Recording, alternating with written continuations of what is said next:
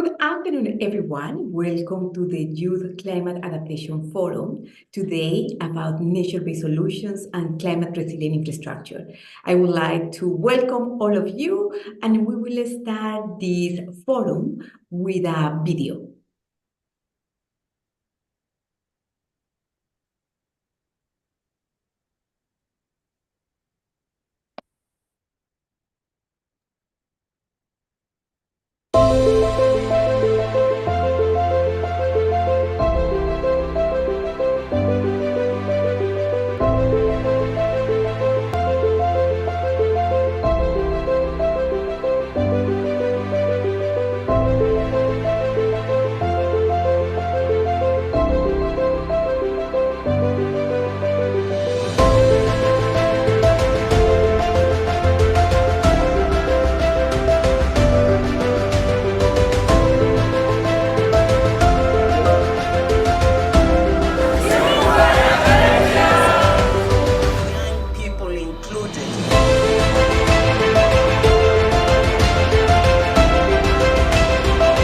We need a sub-goal in the global goal on adaptation that strongly advocates for youth inclusion and youth participation in every decision, as well as in producing the maps. We're calling on countries to urgently step up to deliver on doubling adaptation finance.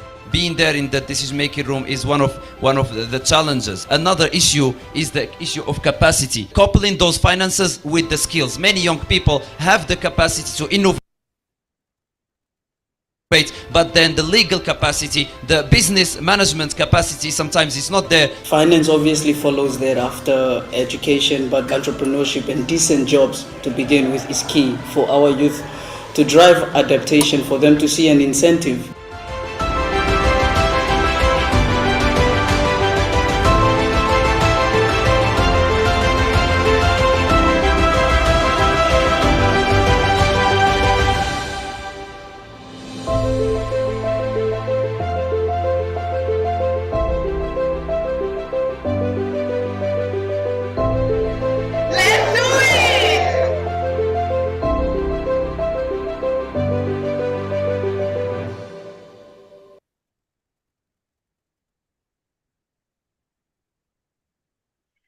Good afternoon, everyone, from the floating office of the Global Center on Adaptation in Rotterdam, in the Netherlands.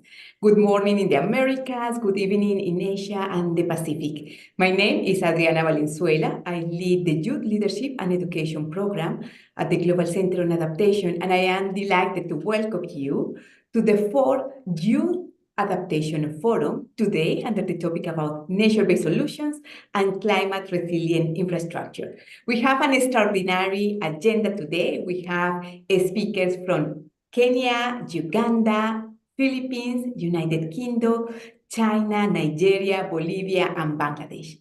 The Global Center on Adaptation is an international organization that works as a solution broker. We establish partnership with different organizations, and for us, empowering young people is fundamental to accelerate adaptation solutions. Today, I am delighted to welcome our two co-hosts, members of the Youth Adaptation Panel. They were selected among young people from all over the world and many applications. Then I am delighted to welcome Colade Victor, he's from Nigeria, and Adolfo Urquizo from Bolivia. Thank you very much to both of you to co-host this, the fourth Youth Adaptation Forum. I would like to invite you to introduce yourself. Colade, please. Thank you, Adriana. A warm welcome, everyone, to this Youth Adaptation Forum on nature-based solutions and climate-resilient infrastructure. I'm happy to be your co-host today. My name is Kolade Victor Otokiti, and I'm from Nigeria. I hold a bachelor's degree in urban and regional planning, and I'm currently completing my master's degree as an Erasmus scholar at the University of Groningen in the Netherlands. As a proud member of the GCA Youth Advisory Panel, it is an honor to participate in this forum today and share my perspective alongside many passionate and driven young leaders. Thank you very much, Colade. And now over to you, Adolfo. Thank you very much, Adriana. It's also a pleasure for me to be here with you all today. I'm glad to having this space dedicated to youth during this very short hour that I know is going to be. As you mentioned, my name is Adolfo Mauricio Urquizo. I'm from Bolivia originally, but I'm now based in Barcelona. I'm an architect and I'm currently actually doing a master's degree in advanced building construction. So the infrastructure topic is very close to me, and I'm glad that that's part of the agenda of this type of solutions. And I think it's going to be very fruitful, especially for young people today, because we're going to have a very not only diverse but young panel, which gives me a lot of hope. Fantastic, Adolfo. Welcome as well. And welcome to all the participants that are joining this conversation, this forum, through the social media channels, but also here. I invite you to use the chat to introduce yourself, to share what projects and initiatives are you implementing regarding nature-based solutions and climate-resilient infrastructure. The forum today, we will have three main areas. You will have the possibility to engage using the Mentimeter. Also, we will hear from experts about their perspective about what is nature-based solutions, what can be done, and concrete examples.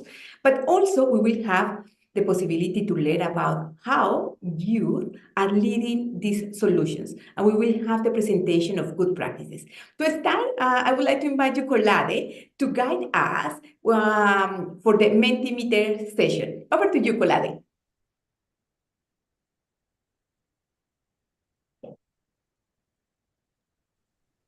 As we continue discussing nature-based solutions and climate-resilient infrastructure, we want to hear from you. So we are excited to invite you to participate in the Mentimeter. We will also collect all questions in the Q&A boxes at the bottom of the screen.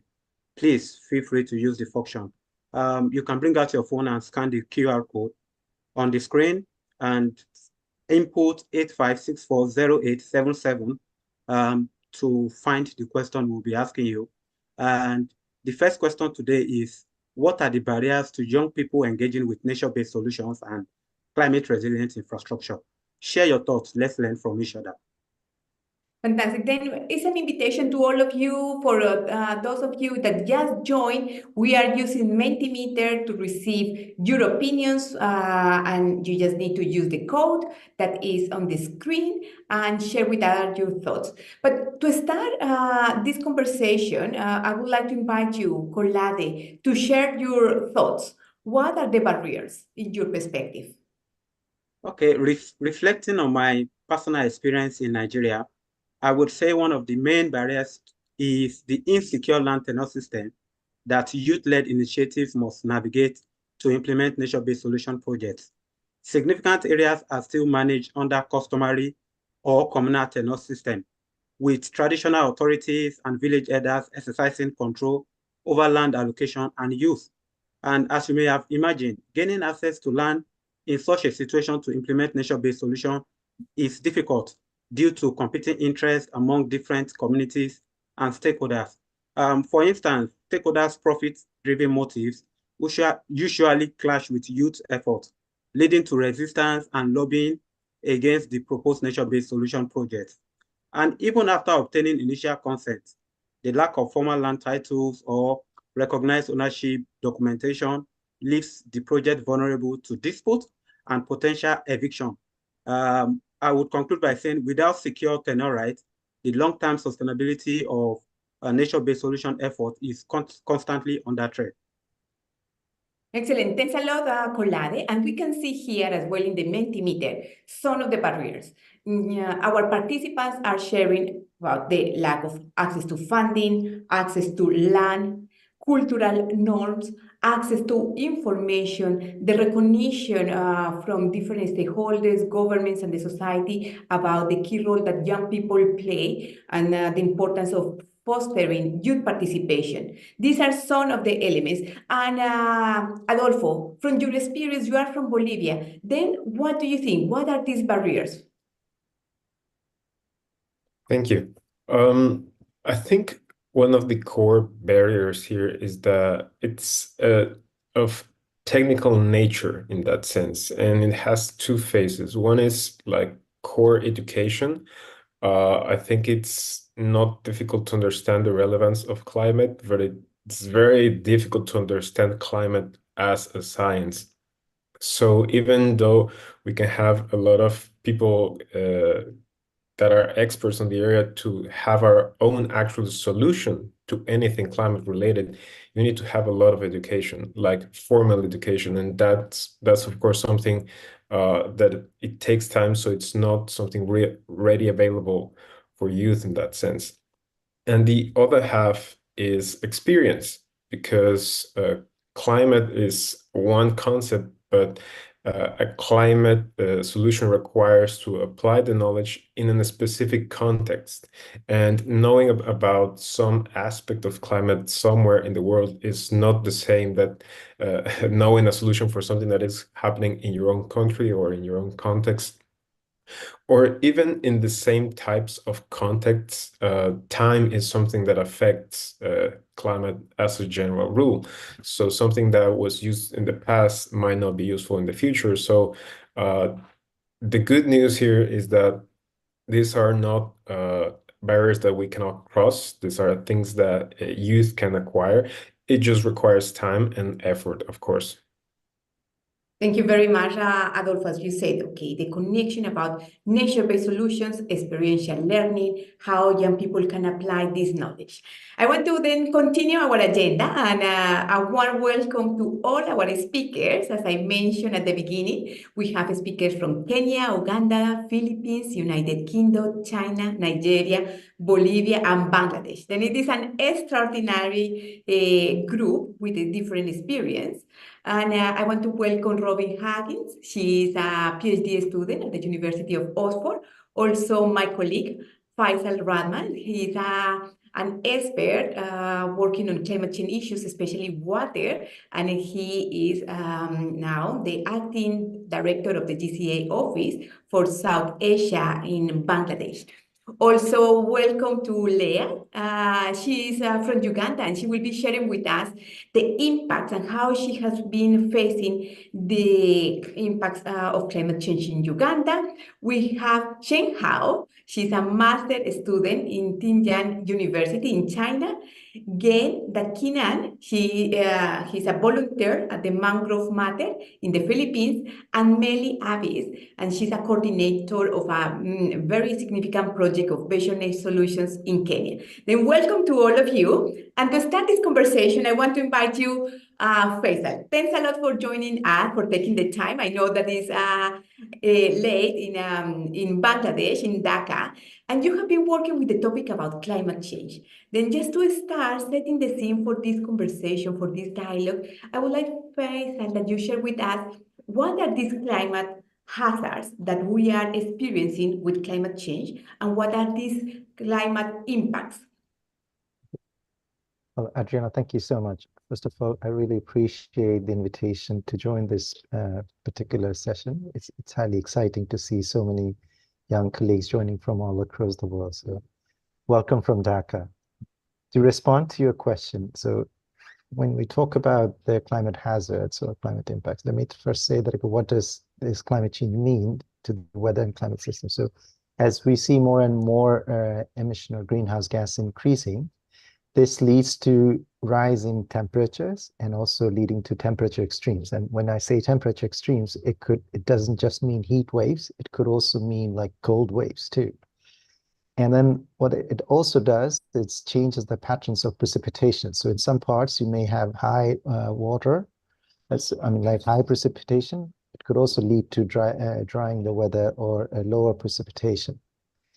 And then what the rising temperature could do is basically melt ice caps or glaciers around the world, and then raise ocean and sea levels.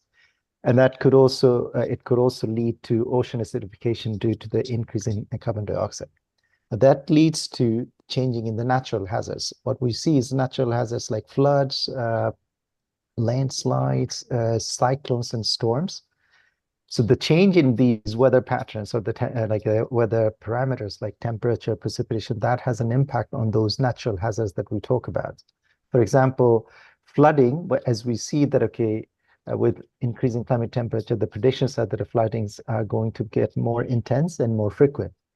And for a country like Bangladesh, which often gets flooded, that means that, okay, a 10-year return period flood might become more frequent. So it may happen that, okay, a 5-year return period flood coming more frequently. We also see that the intensity of cyclones will increase because the sea level rise, sea surface temperature is increasing. So that means that the cyclones may become more intense. The frequency, I mean, some of these are related to statistical aspects, but the general conclusion is that the cyclones both are also going to get more intense and more frequent. If you look at other aspects, so these hazards are often can be categorized in two ways. One is the slow onset events, and then there's also the rapid onset events. So rapid onset events are examples like cyclone is a rapid onset event that can happen very fast. A flood or a flash flood could also be a rapid onset event. But then there are also slow onset events which are very hard to track often. So like drought is one good example. Also saline water intrusion or salinity intrusion is also another example of a slow onset hazard. Now, when all these hazards interact with the human system, they lead to cascading impacts. So cascading impacts would be that, okay, when you have, for example, if you have high salinity, that leads to lower access to fresh water, both for agriculture, but also for drinking water purposes. And that means that, okay, if you have lower access to fresh water for agriculture, that will disrupt livelihoods. And therefore, then people will have to migrate to find new jobs. And therefore, people in rural areas may either switch livelihoods or move to cities for other forms of livelihoods. And then imagine that in a city, there's now more people, and there are now more low-income people vying for the same jobs. So therefore, they're more in competition, and that could lead to conflict in certain situations. So that's what we mean when a change in the climate system leads to a cascading impact in the human system. And that's in a nutshell, I could probably explain that, okay, how we quickly move from climate parameters to hazards to a climatic impact. Thank you. And then, Faisal, we are talking about nature-based solutions. Then, can you just explain what does it mean, nature-based solutions? And sometimes when people are talking about nature-based solutions or climate resilient infrastructure, they mention about green, blue, and gray solutions. Can you just explain what are the connections between these three elements and what are nature-based solutions? Sure. Thank you again. So I'll first go on to describe what is a nature-based solution. So there's a standard definition for nature-based solution. These are essentially solutions or actions that involve nature or ecosystem to resolve societal challenges, which then leads to both human well-being and biodiversity benefit. Something that I want to stress here, that nature-based solution is not just about human well-being. It must lead to some sort of biodiversity benefit, so which could lead to preserving ecosystem or flourishing ecosystem, or even restoring or building new ecosystem. So an example of a nature-based solution would be that, okay, if you build a pond within a city or in a rural area to store water to support during the dry season, and that pond may support surrounding ecosystem, like a biodiversity in the area. So then it can be considered as a nature-based solution. Whereas if you, for example, to contrast, if you build just a plastic water tank to store the same amount of rainwater, then it gets challenging that whether you can call the second one a nature-based solution, because it's providing the sort of some of the same services, like providing access to fresh water, but then the biodiversity benefit. In the first case, where you're building a pond, which then supports the surrounding ecosystem biodiversity, which is not done by just simply a rainwater harvesting tank. So this is one of the sort of a small difference in a way that I can highlight what the nature-based solution is from a traditional solution that involves nature as well. Now, coming back to the second part, where you said that, okay, we have here all these terminologies like gray, green, and blue. These do have connections to nature-based solution or NBS. Typically, gray infrastructures are the ones that we always see, like these are bridges, rail tracks, dams, seawalls, water treatment plants. These often are gray infrastructure, which involves like bricks or concrete. A gray infrastructure would be something like a forest or an open space that can potentially store water or delay the water. Delay the water to get into the cities or flooding. Then there's parks or mangrove forests. These are like green infrastructure. Potentially, that's something that involves trees. If I want to say in a very general format. The blue infrastructure involves, as the name suggests, water. So this is like rivers, lake, ponds, wetlands, and aquifers. Often what we see is that NBS relates to both green infrastructure, and blue infrastructure. But please do remember, it always has to lead to biodiversity benefits. It cannot be just like just human well-being. Where the green infrastructure and these infrastructure are connected is that NBS often cannot alone. NBS should not be considered that it can resolve all solutions by itself. The services that are provided by green infrastructure cannot always be provided by NBS or blue or green infrastructure. So the optimum benefit that we can get is when we combine green and blue infrastructure with gray infrastructure. So the concept of promoting or facilitating NBS should not lead to this false dichotomy between that the green infrastructure or blue infrastructure can replace gray infrastructure. That should not be the case. I'll stop there. Thank you. Excellent. Then highlighting the key role of implementing nature-based solutions for also fostering ecosystem services. Then, Faisal, Bangladesh is considered one of the most vulnerable countries in the world. But also Bangladesh has developed multiple nature-based solutions. I would like to invite you very briefly to share with us some of these examples. The NAP Expo took place some weeks ago in Dhaka in Bangladesh, and these nature-based solutions were showcased. Then over to you, and in the meantime that we move with the slides, I would like to welcome all the participants that are joining us. I can see that we have participants from Kenya, from Sudan, from the United Kingdom, from different regions and countries around the world, and also to invite you all to use the hashtag Youth for Adaptation. Use this hashtag and share with the world, with your colleagues, with your networks, the takeaways of this Youth Adaptation Forum focusing on nature-based solutions and climate-resilient infrastructure. Over to you, Faisal. Thank you, Adriana. You rightly pointed out the fact that Bangladesh has this dual identity. It is recognized or known as one of the most vulnerable countries to climate change, but at the same time, due to our long history of engaging with adaptation discourse as well as adaptation and disaster management practices, we are also often recognized as one of the climate champions or adaptation champions. And that's also the same case when it comes to nature-based solutions. So here I'm going to, over the next few minutes, I'm going to quickly share some of the nature-based solutions from Bangladesh. And these are often also found in other parts of the world. So here what we see is a mangrove forest that has been planted between the river and an embankment which protects the communities. So the embankment is on the side, on the right, as you can see.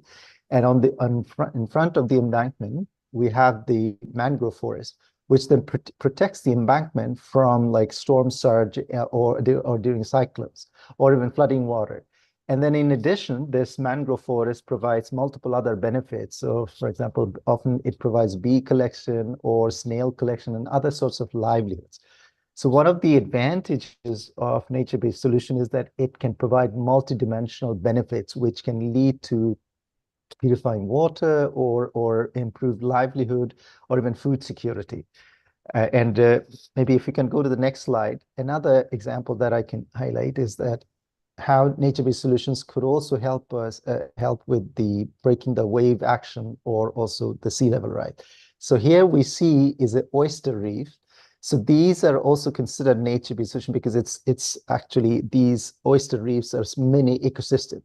So the oysters are growing naturally, and because of their hard structure, they work also as a sea wave breaking wall. and therefore they can handle protect from coastal erosion and other farms. This is applied in Qutubdia in Bangladesh, which is a very low-lying, vulnerable island to sea level rise. Can we go to the next slide, please?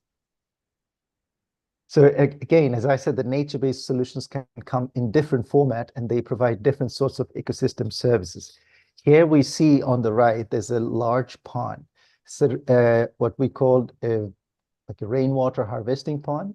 And it's in Mongla, Bangladesh, which is the gateway, almost the southernmost city in Bangladesh. And they have really high salinity problem. And what the local community did is that they took 2 large ponds, and then during dry season, they use the water that is restored there to supply to other parts of, to different parts of the city. So again, this is a good example of a nature-based solution where they're storing natural water. And as you can see that there are trees and other ecosystems around the pond. So that's why it's also supporting not just human well-being through improved access to drinking water during dry season, but also supporting the local biodiversity. And maybe couple more slide, another example. If you go to the next slide, Nicole. So this is not really related to infrastructure per se, but this is one of the sort of iconic NBS solutions from Bangladesh, which is recognized worldwide. It's called floating bed agriculture. And what it does is allows people to farm even during flooding. So what you see here, people make beds, like agricultural beds, out of water weeds like hyacinth, and then they, on top of those beds, then they plant seeds like vegetables and other vegetables, as well as other forms of agriculture. And then as the water comes, flood water comes in, these beds also float and rise with water, therefore allowing people or farmers to flood even during when there's a high water or flooding. So this particular intervention is a very good example of nature-based solution, and it comes from Bangladesh. It hasn't been invented just to support or in response to climate change, but this has been historically being practiced in Bangladesh. So therefore highlight the fact that, okay, indigenous knowledge and indigenous solutions can also provide us with means to cope with climatic challenges. I'll stop there. Thank you. Thank you very much, Faisal. And ending with this very inspiring example, the floating bed agriculture. It means climate change is a reality and we need to adapt. And these are some of the good examples, what can be done. And this knowledge exchange facilitate that we can implement adaptation solutions. Then I want to hand over to Adolfo. Adolfo, you are also doing your master. You are an architect. You are working on the topic of climate resilient infrastructure. I would like to hand over to you to the next segment. Over to you, Adolfo. Thank you, Adriana. Now I would like to invite our expert, Robin Haggis. She's a PhD student from the University of Oxford. Robin specializes in nature-based solutions for infrastructure, and she's also a member of the Nature-Based Solutions Initiative. Robin, thank you so much for joining us today. You're doing your PhD in research from the academic perspective. Could you tell us what are your findings on nature-based solutions and how they relate to infrastructure? Thanks, Adolfo. Yeah, sure. So I'm partway through my PhD at the moment, as you say, researching nature-based solutions for infrastructure. So far, what we've found is there are 5 key functions through which nature-based solutions can provide benefits with respect to the provision of infrastructure sectors. So the first one, they can protect infrastructure from climate change. So for example, mangroves protecting coastal roads from coastal flooding.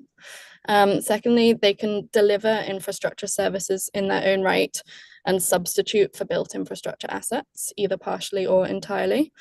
So for example, the restoration of forests and improved agricultural management interventions can provide water quality benefits and reduce the need for new water treatment infrastructure, which has been demonstrated in New York, actually. Thirdly, they can enhance infrastructure services and complement built infrastructure assets. So the protection of forests and riparian vegetation upstream of hydropower plants can prevent sedimentation of the hydropower reservoirs and also reduce wear and tear on the hydropower turbines and the need for such frequent maintenance such as dredging. Fourthly, they can provide benefits to infrastructure sector workforces. So there's literature that shows that views of nature and interactions with nature can improve motivation and productivity at work, and also reduce mental and physical health issues. And this can lead to reduced work absences and potentially increase workforce productivity and economic benefits for infrastructure. And then fifthly, they can provide multiple additional benefits beyond the delivery of infrastructure services. So by integrating them into infrastructure sectors can increase benefits for biodiversity, economies, and societies, such as improved habitat, increased property prices, and improved livelihoods.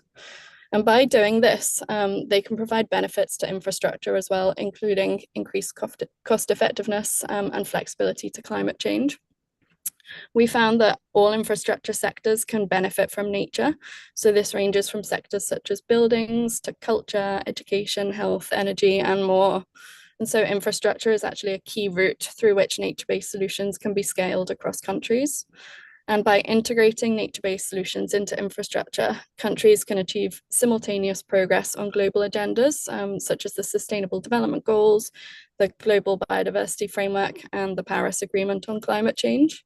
And some of our research has actually shown that integrating nature-based solutions into infrastructure can lead to greater advancements in progress on the SDG targets, like Sustainable Development Goal targets across infrastructure, than if they used only built infrastructure.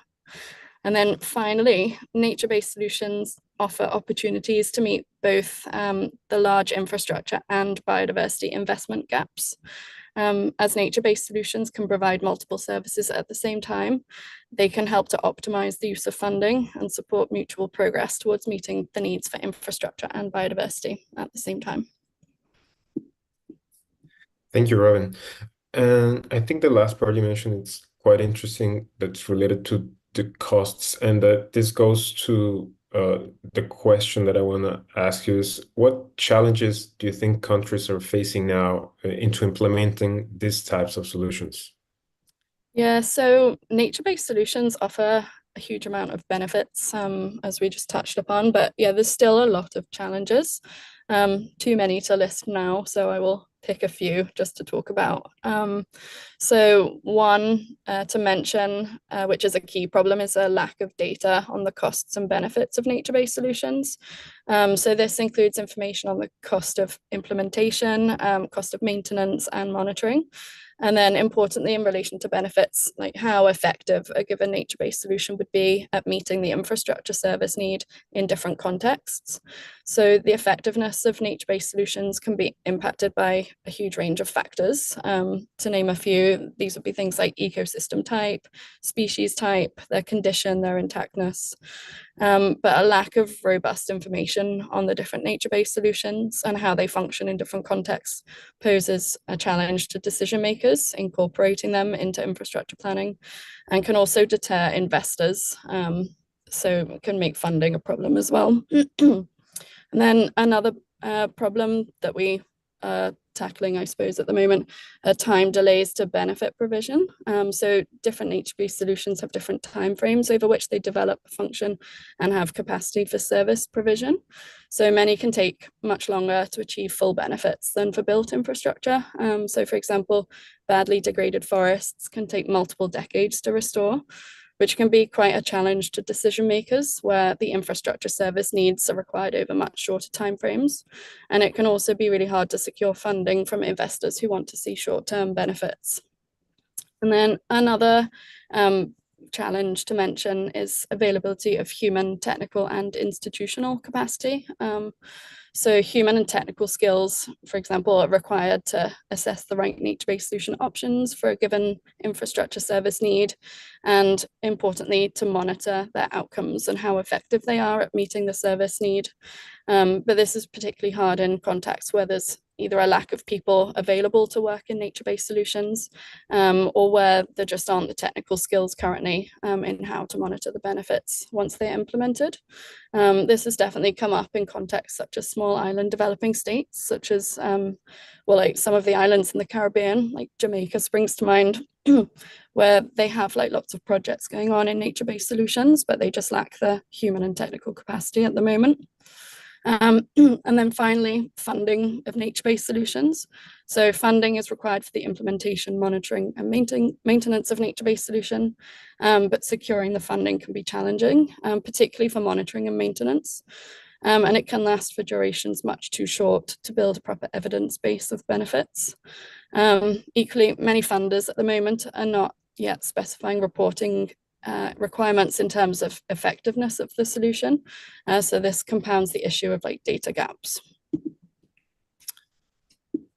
And then in terms of like overcoming the barriers, there's various different like actions would be required across different stakeholder groups. To illustrate some examples, this would include support from policymakers who can mandate the consideration of nature-based solutions in infrastructure development and the collection of standardized quantitative data on costs and benefits to help fill data gaps. There's a role for like investors and funders of nature-based solutions to develop new financial models that can increase investment into nature-based solutions and account for the longer timescales that they require. They can ensure nature is included as an eligibility criterion for funding. They can provide investment for monitoring the outcomes long-term, which is very important, and require that reporting includes the effectiveness of nature-based solutions. There's also much that researchers can do. So for example, researching the functioning and capacity of nature-based solutions to provide benefits and costs in different contexts, including their limits to effectiveness.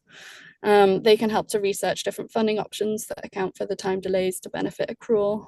They can develop new methodologies and tools for decision-making to help mainstream nature-based solutions across infrastructure planning and to build an evidence base of costs and benefits. And then also the international community can help to develop sector-specific good practice guidelines and support training and capacity building to increase uptake of nature-based solutions.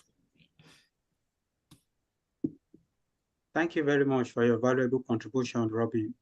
I like the fact that you stress the importance of the challenges of implementing nature-based solutions alongside traditional infrastructure beyond implementation.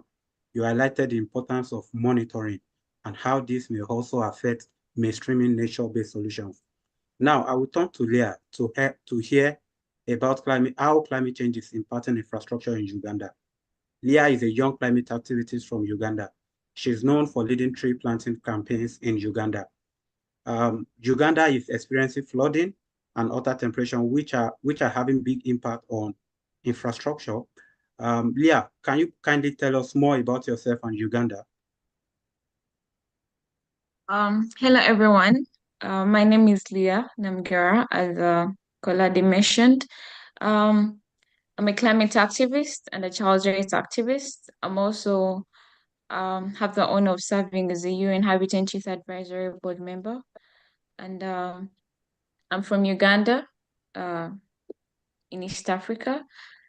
Yeah, so Uganda has, I think it's now everywhere where we're seeing that climate crisis is slowly squeezing life out of everyone, and these changes are now evident that they've gradually moved from just being talked about to life-threatening. And it's very something that is happening to Uganda. Just recently, about 5 days ago, landslides had people, they killed people, and infrastructure was obviously damaged. Schools sunk in, roads were damaged, and so you notice that we are not only losing humans this time alone, but everything that has life is as well going extinct. So where I come from, we are facing the highest degree of climate catastrophic. We are facing floods, droughts. We've literally expressed every climate disaster, and it's taking a lot of our things, and yeah. Okay, that is a great overview. Thank you for sharing your country's context and also for providing powerful reminder of the impact of climate change on infrastructure. Can you kindly tell us more about why you started your tree planting campaign?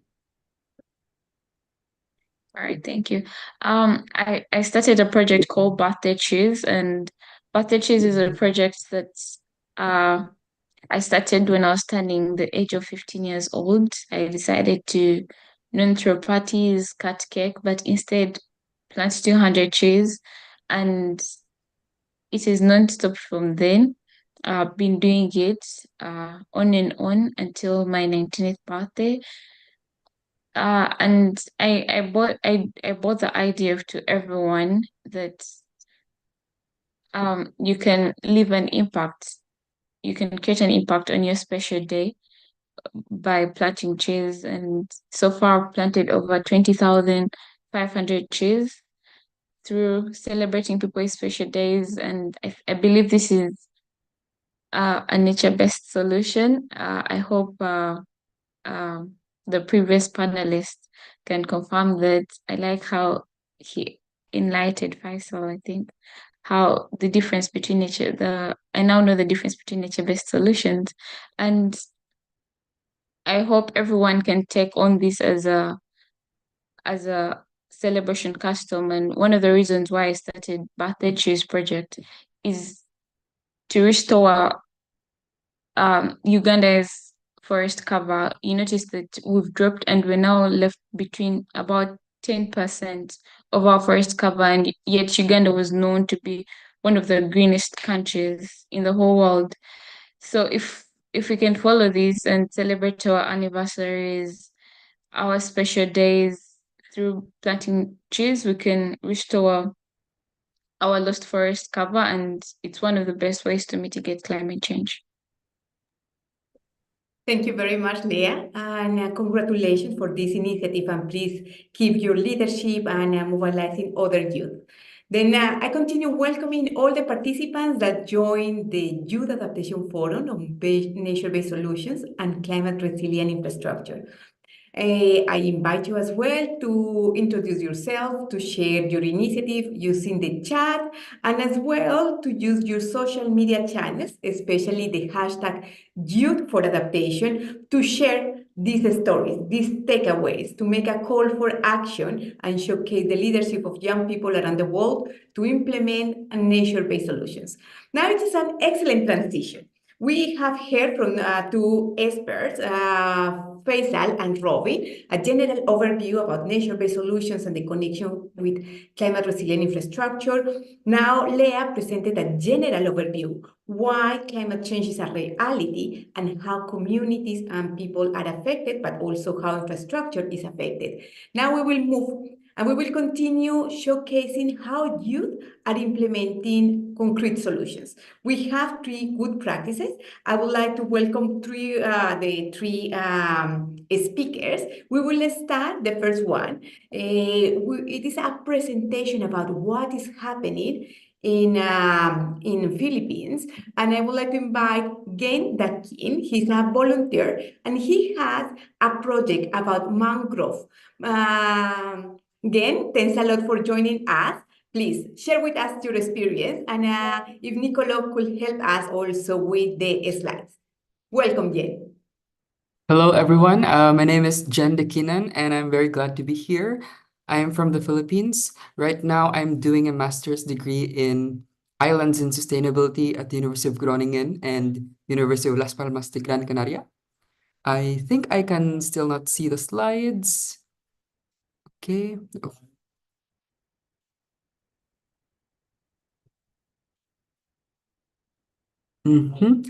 Just to give you a bit of background in the Philippines, we are a country in the Southeast Asia, and we are located in the typhoon belt. Each year, we experience around 20 typhoons.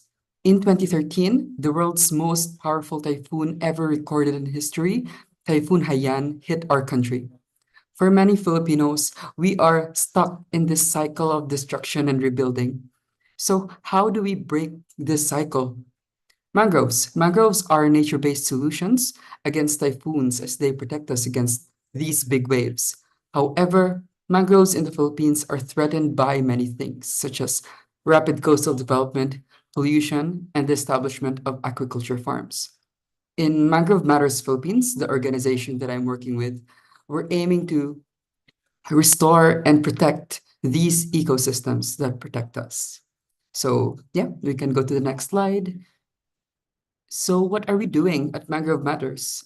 In the organization, we do a lot of initiatives, one of which is conducting educational discussions with experts, students, and communities. We organize things like mangrove quiz bees, photography challenges to engage the youth for conservation. Along with that, we also partake in making press releases on pressing issues related to mangrove conservation and nature conservation in general. Conservation for us is a political issue just as much as it is an environmental issue. That is why we find it necessary to partake in calling out companies and groups that carry out activities that degrade our environment. Finally, we also organize grassroots initiatives where we work with communities to restore and conserve their mangrove ecosystems. For one event, we worked with Tambobo Bay in the Philippines to raise funds for their community to implement mangrove nurseries. In the final slide, I show you a simple framework on how we approach our community initiatives. We emphasize greatly on co-creating the implementation plan with both experts and communities.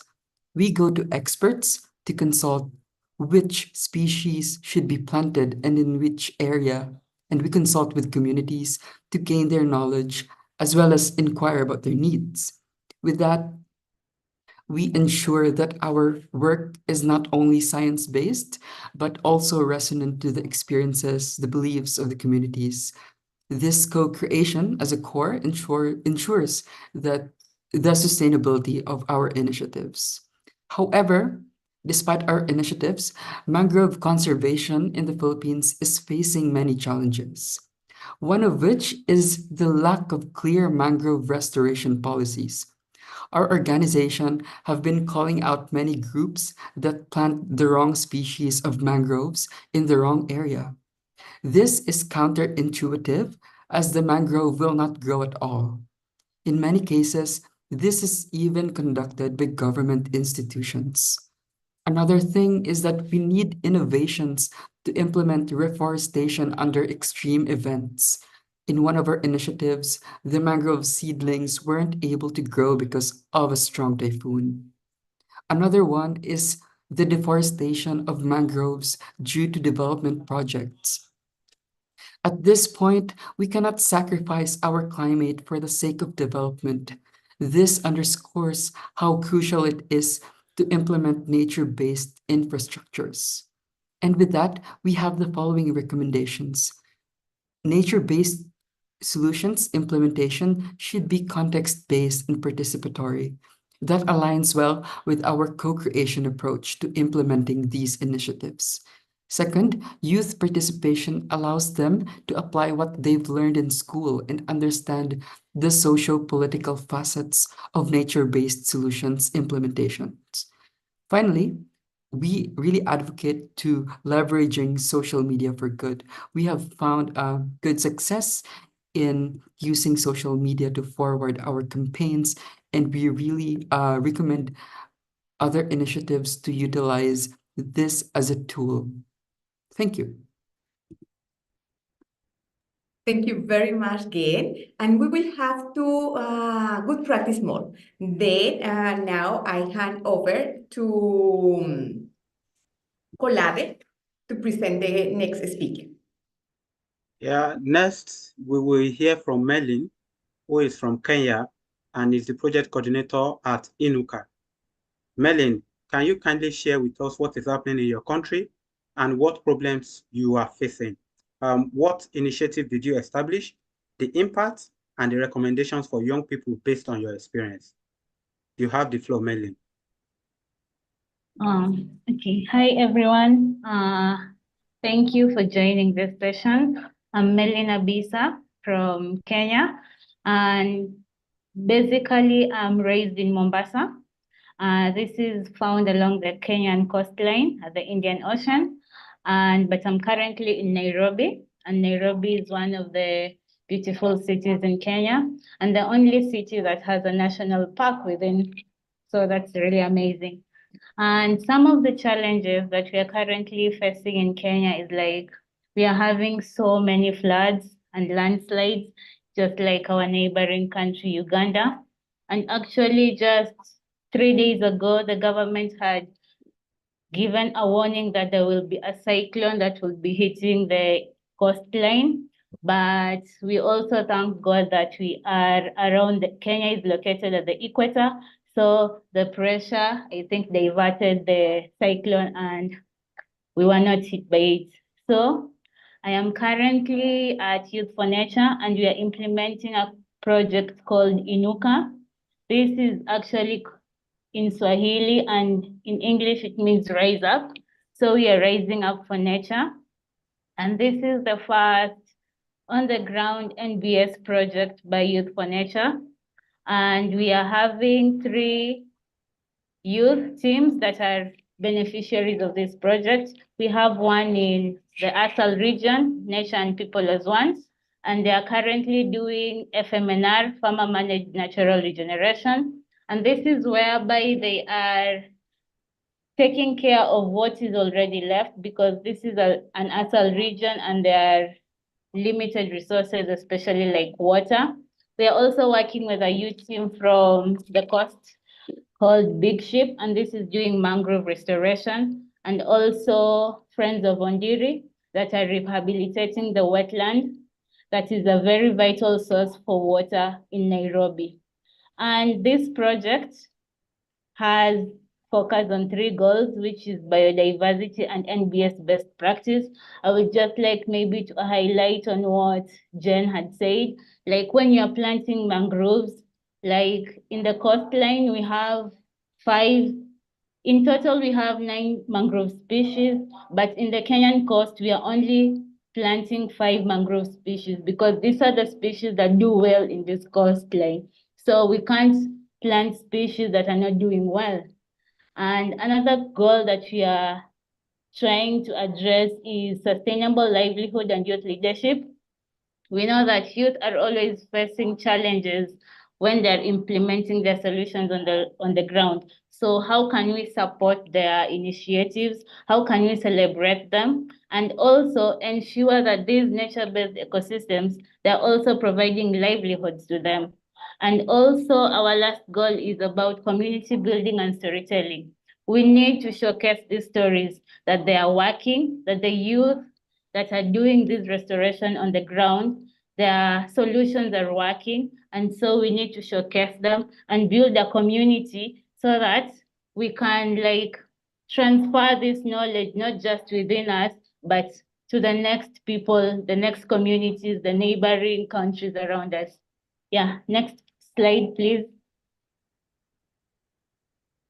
As you can see, these are some of the impacts that we are facing currently.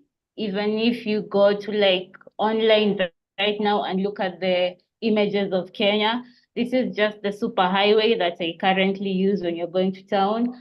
And so this is what we are experiencing. It's really bad, but through nature-based solutions and also investing in the youth to like restore our ecosystems, we will prevent such things or reduce these disasters from continuing happening.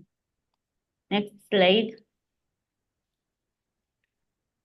As we administer Inuka, we are always guided by the IUCN global standard, and they have certain criteria that even Faisal had mentioned that NBS should always ensure there is biodiversity gain. And another criteria is that they should always be economic feasible so that, you know, we should just not be all about like also having a livelihood through nature. And then we also have that they should be inclusive governance. That means the community should own this project for its success.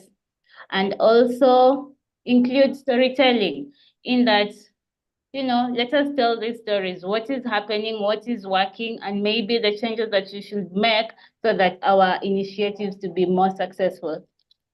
And some of the lessons that we have learned are including like it is important to involve the community. I really stress on that because one thing also about Inuka is that when we go to the respective ecosystems of these youth teams, they are able to train us on how they're doing their restorations. So we learn from them because they are the experts in their respective ecosystems.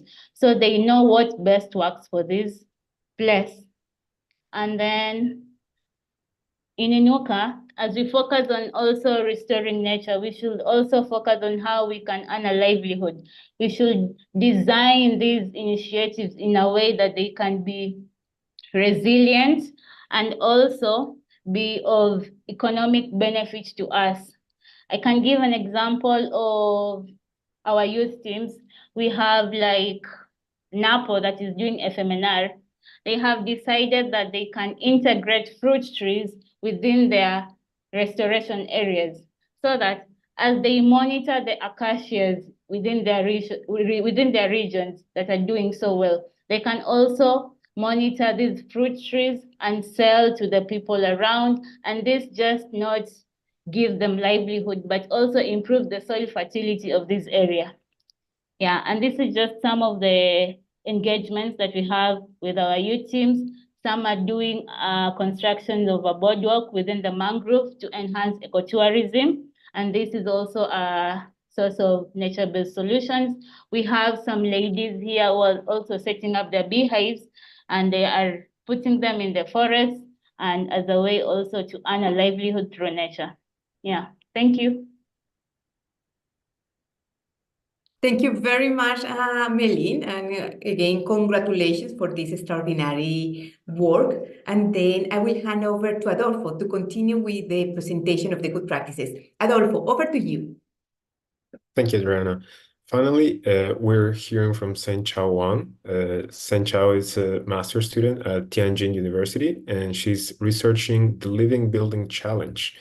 Please, Sen Chao, share with us what is happening in your country and what problems you faced, what initiative did you establish, and what has been your experience with this? Okay, thank you. Hi everyone, I'm Sen Chao Wang. I am from China and currently a second-year master's student at Tianjin University, majoring in environmental engineering.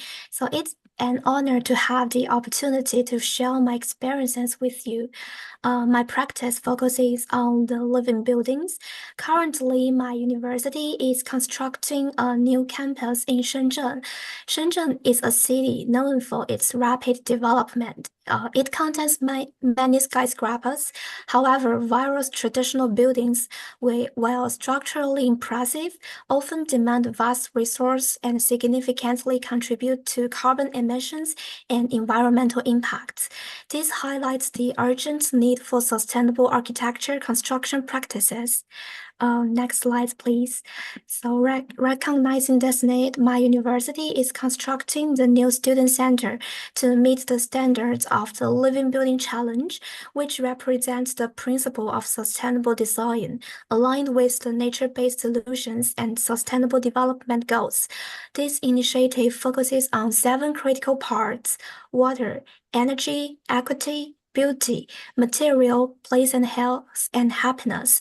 Students were encouraged to explore these aspects through creative research and made some impactful suggestions with the potential for adoption by the university.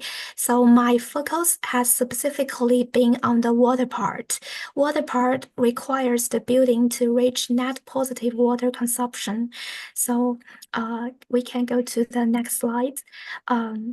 My practice included conducting some preliminary case studies and visiting other certified living buildings to understand how they meet these requirements, and then tried to develop a water system within the student center building to achieve water self-sufficiency, which includes harvesting and purifying rainwater and treating grey water for reuse in irrigation and toilet flushing. In the end, I am fortunate to report the knowledge learned in the early stage and participated in the living building construction discussion to discuss our proposal with some companies. years. So from this project, I have learned two key lessons. First, these projects allow students from various majors in my university to contribute ideas for the construction of the new student center, and thereby deepening their understanding of nature-based solutions. And second, as an environmental engineering major, I have learned how to systematically optimize the water treatment system to align with nature-based solutions with architecture and urban development. However, during this project, I also encountered significant challenges. One was ensuring that our innovative and nature-based solution projects complied with the local regulations. Another is user concerns. For example, we studied that some living buildings actually their toilets use foam instead of water for flushing, which proved impractical in China currently due to regulations and cultural acceptance issues. Additionally, we noticed that some people may concerned about converting rainwater for building use and reuse the treated grey water. So addressing these challenges is vital for the broader adoption of living buildings in urban area. So the project also underscored the importance of communication and collaboration with team members, leaders, and other users, and staying updated with the latest research to fuel the innovative ideas. So that's the end of my sharing. Thank you. Thank you very much as well. And it is an invitation to all the students to continue developing research and using the master thesis or the bachelor thesis to go more deep into these adaptation solutions. Now we will move forward with the final section. We will have a Mentimeter. I want to hand over to you, Adolfo, to have the Mentimeter. Of course, we want to invite everyone that is watching us now to share your views again. Use the Mentimeter. Please go to menti.com and enter the code that you see on the screen, 58640877. You can also find the link and the number in the chat if you're having issues with the screen or you cannot see it. We want to hear from you. We want young people to engage with nature-based solutions and climate-resilient infrastructure. So please go ahead and share your ideas. Then remember to all of you that as you join, you can use your mobile phone and type the number or scan the code and share with us your opinion. Then, Adolfo, I would like to start with you. In the meantime that we receive all the responses, please, if you can share your perspective about the problems, but also from your experience, what will be these recommendations? Yeah, thank you, Adriana. First of all, I think given the diversity of people we have, not only in the panel, but also listening, there's no universal recommendations, but I think I'll do my best to try to give a good answer to that. I think we need to begin understanding that climate is a very, very complex element of science. Beyond the discourse, it's something very difficult to comprehend if you don't actually go and do a lot of research and a lot of study. So that's kind of the core element. But the good side is that nature is understandable through science. That means that it's not a lost cause and there's always room to actually learn how we can do stuff and work for solutions within that field. And solutions that work, of course. We want to find the solutions that are right for the context, as many people have mentioned.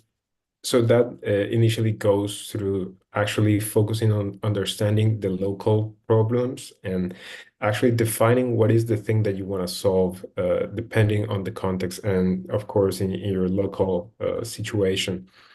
And from then on, you should also identify what is your particular interest. If you're going to develop a theory or you're actually going to go into practice, that those are two different things that a lot of young people actually at first don't really understand and think they're both the same thing. But we actually need to people that is working on theory and research, and also people that is working on the practical side of applying the science and applying the research to actually find what works in a given situation. And as I mentioned, we need people in both sides. So that's an important decision to take when you're very young. And finally, is just go to the field and do the work. We cannot live isolated from reality and just try to come up with solutions from our computers. We need to implement either our experimentations and theory and also our solutions applied into the actual problems to see how much are we impacting with what we're proposing. Thank you very much, Adolfo. And I like what you have highlighted, that we need to develop context-specific solutions. We need to take into account the local reality, needs, and circumstances. Then, Colade, from your side, what do you think? What is your opinion? Thank you, Andrena. My building on Adolfo's opinion, I think either practice or theory needs climate adaptation and climate education. Developing context-specific solutions require climate education. And after education, I would say that young people should start small in their communities. They should also network with like-minded individuals and work closely with other community members to identify areas or maybe vacant land or underutilized land that can be repurposed for nature-based solutions. I believe this would help in addressing the challenges posed by complex land tenure system that youth-led initiative often have to navigate. Thank you. Thank you very much, Colade. And we have also several comments and recommendations from our participants that are including the key role that young people play in advocacy, but also implementing concrete adaptation solutions at the local level, training local communities, use also this knowledge of the local communities and indigenous to develop concrete solutions, and many others. As you said, Colade, education is fundamental. We need to raise awareness, we need to develop and increase knowledge and develop skills. And it is a perfect transition. Now I would like to invite Nicolo Del Porto. He is working as part of my team at the Youth Leadership and Education Program at the Global Center on Adaptation to share what are we doing and how all of you can engage. Over to you, Nicolo. Thank you, Adriana, and thanks for the introduction. I hope I'm audible. As you said, I'm a Youth Leadership and Education Officer here at the Global Center on Adaptation, currently connected from the floating office. And today, I want to take this opportunity to invite you all to join the Youth Adaptation Network. The Youth Adaptation Network was launched in 2020 in Bangladesh, and it has now become the largest youth network in the world entirely dedicated to climate adaptation. If you will scan the QR code that you can see on the screen, you will access a newsletter that every month is being sent by the Youth Leadership and Education Program, where we share lots of opportunities, resources, and updates from the Youth Leadership and Education Program and from GCA. And this is also your space to share your experiences and to share the opportunities of your organizations and your work with us. So please do register to the Youth Adaptation Network, become part of the movement. We are already 15,000 people, and we're growing more and more as the Youth Adaptation movement is growing. So we look forward to seeing you part of the network and to hearing from you with all your opportunities. Thank you very much, and back to you, Adriana. Okay. And there is also an invitation to all of you. We have a very exciting agenda. We will have the next Youth Adaptation Forum taking place on the 15th of July, and the topic will be Youth Entrepreneurship, Adaptation, Job, and Finance. And we will culminate these virtual forums in 2024 with the topic of locally led adaptation. It will take place on the 12th of August. And also, I would like very briefly to invite Laurie, she's also part of the Youth Leadership and Education Program, to briefly share what is the Youth Adaptation Action Day, when it will take place, and how young people can take place. Over to you, Lauren. Thank you so much, Adriana. So thank you all so much for participating in the forum today. The Youth Adaptation Action Day will be taking place on the 12th of October, and it will be a day to drive adaptation action across the world that is led by young people. So we invite all of you who are watching to join the Youth Adaptation Action Day. You can take any type of action in your community. So, for example, as Leah does, planting trees, or building a community cool room, or raising awareness through art and music. Any action is possible. And if you join the Youth Adaptation Network, you can find out more about the day. We'll be sending timely reminders, and we'll be holding some workshops throughout the year so that you can learn how to become involved. Thank you so much. Thank you very much, Lauren. And it is a call to action, a call to implement nature-based solutions, to establish partnership, and to work together. Climate change is a reality, and we need to act. It is an invitation to be part of the Youth Adaptation Network, the Youth Adaptation Movement, and to accelerate adaptation solutions together. Thank you to all our speakers. It has been a very inspiring session. Please continue with your excellent job for establishing partnership at the local level. We will have fact sheets that will summarize the key messages of these forums. And finally, remember to share with your network using social media and the hashtag Youth for Adaptation what have been the key takeaways from the forum today. What will you say, what will you highlight about the role of nature-based solutions in implementing adaptation actions? Then thank you very much to all of you. And I would like to invite you all to turn on your cameras before that we go.